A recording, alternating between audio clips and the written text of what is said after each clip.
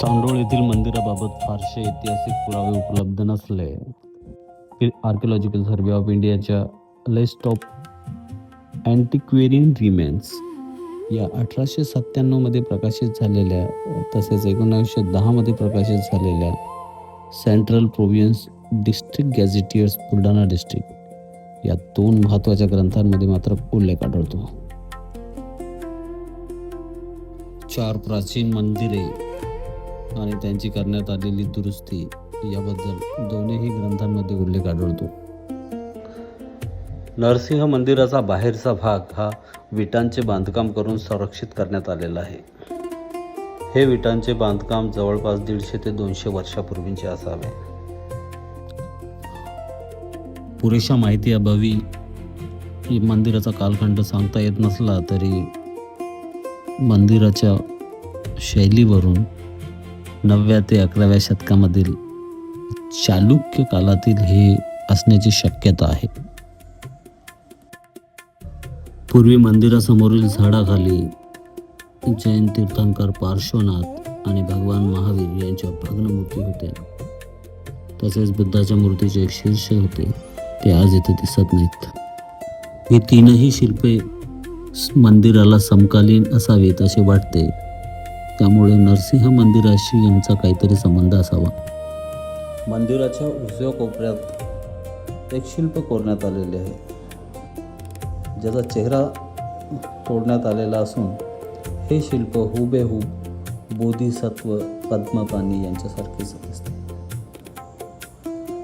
नेपाळच्या वास्तू संग्रहालयात असलेले बोधिसत्व पद्मपानी यांचे हे दुसरे चित्र आहे.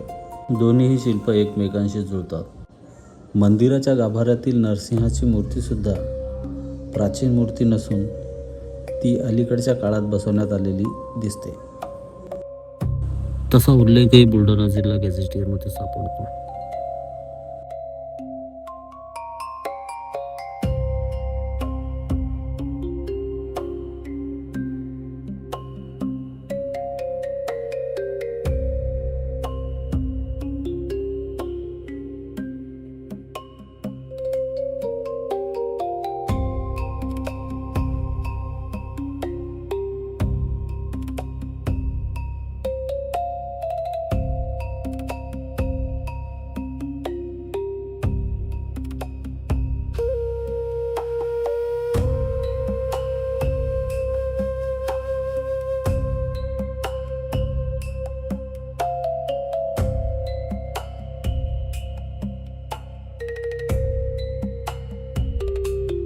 समोर दिसत असलेल्या दगडी आसनावर विटांचे बांधकाम करून बसवण्यात आलेली अलीकडच्या काळातील मूर्ती दिसते. परंतु मूळ नरसिंहाची मूर्ती मात्र इथे दिसत नाही.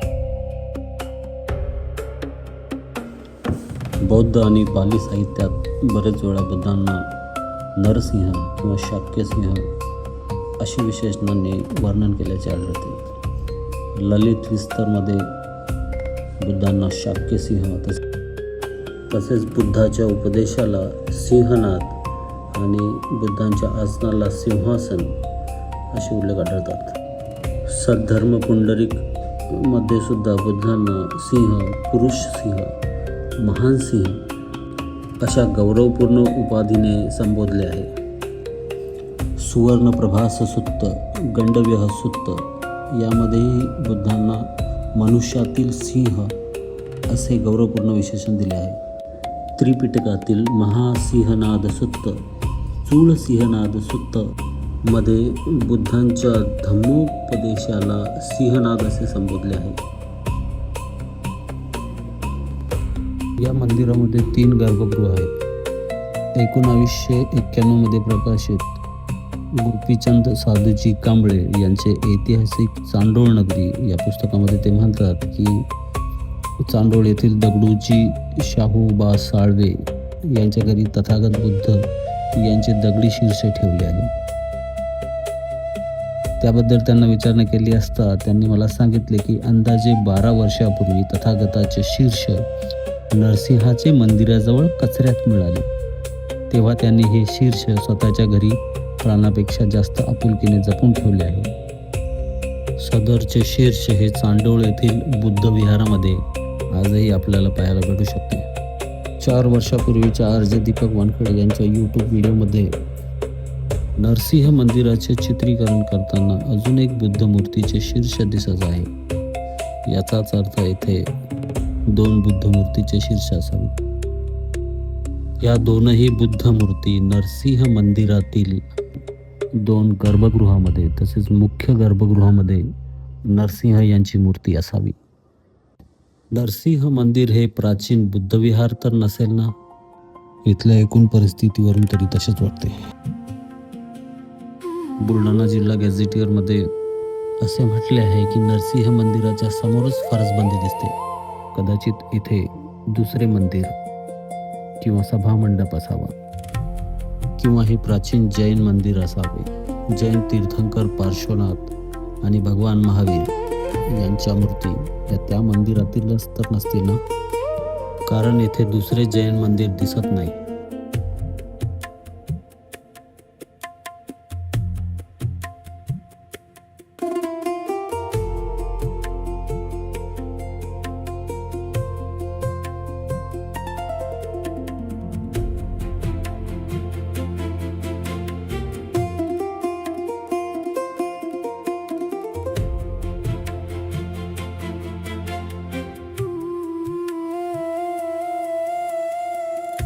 नमस्कार मित्रांनो, मी सुभाष मोरे. मी प्राचीन ऐतिहासिक चांडोळ नगरीमध्ये इथे आलेलो आहे. चांडोळ प्राचीन नगरीचा इतिहास असा आहे, या ठिकाणी नरसिंहाचं मंदिर जे आपण पाठीमागं पाहत आहात, 2 महादेवाचं मंदिर, एक विठ्ठल रुक्माईचं मंदिर असे मंदिर आहे.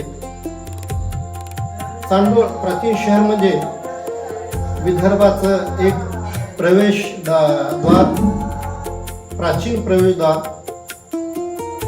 प्राचीन बाजारपेठ, प्राचीन व्यापारी महामार्ग हा या प्राचीन शहरातून जातो.